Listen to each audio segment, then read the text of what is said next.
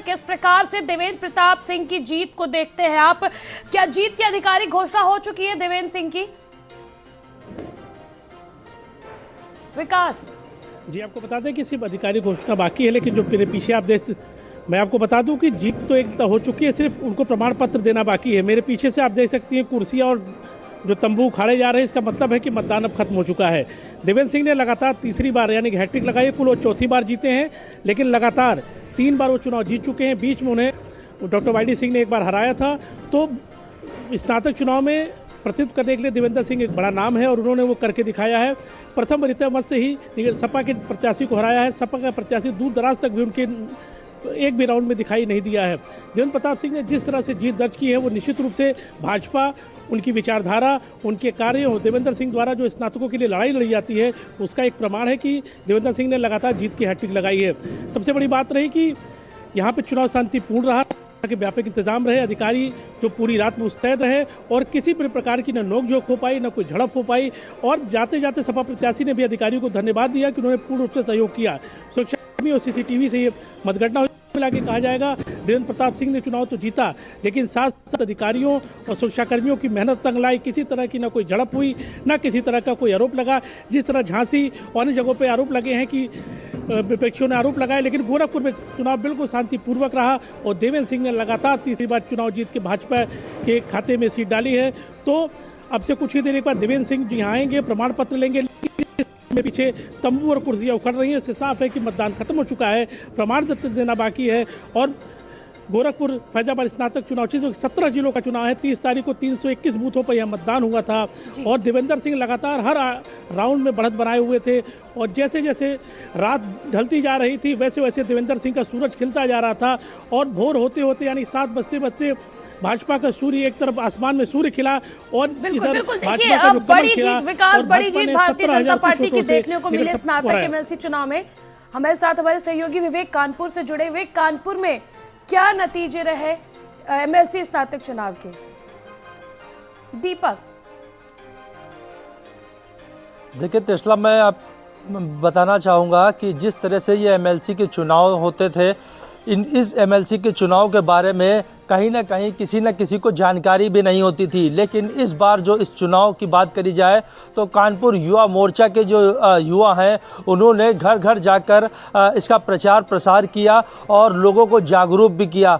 बात करी जाए एमएलसी चुनाव के जो प्रत्याशी अरुण पाठक थे, तो अरुण पाठक का जो चुनाव प्रसार था वो पूरे शहर में दिख रहा था और किसी भी पार्टी का जो चुनाव है वो देखने को नहीं मिल रहा था।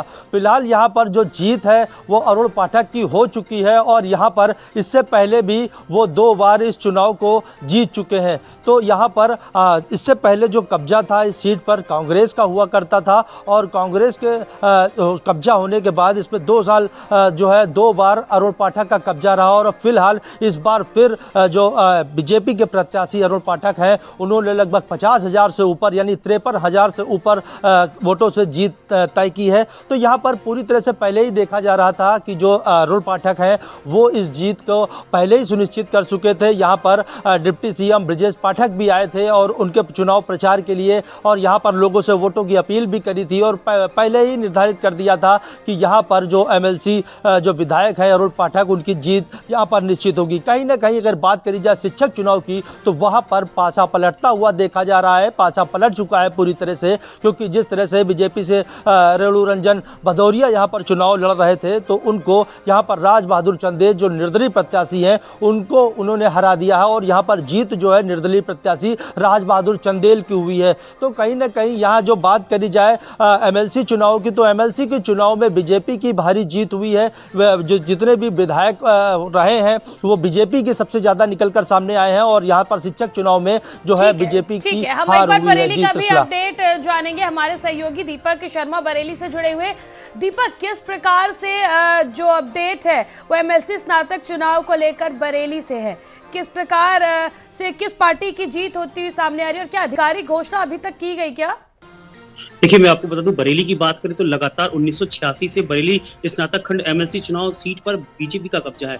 लगातार 3 से 4 बार एमएलसी यानी डॉक्टर नेपाल सिंह है। उसके बाद से डॉक्टर जयपाल सिंह व्यस्त का लगातार उनका कब्जा है। उन्होंने इस बार जीत की हैट्रिक लगाई है। लगातार तीसरी बार चुनाव जीता है। और चुनाव परिणाम की घोषणा की बात करें तो लगभग 3 से 3:30 बजे सुबह के आसपास ये चुनाव परिणाम घोषित किया गया, जिसमें लगभग जयपाल सिंह व्यस्त ने 51,000 से अधिक वोटों से जीत प्राप्त की है। और जीत का प्रमाण पत्र कमिश्नर संयुक्ता समद्दार ने उनको जयपाल सिंह व्यस्त को दिया है। बताया जा रहा है कि जिस तरह से चुनाव हुआ, बड़ा ही खुशनुमा माहौल देखने को मिला।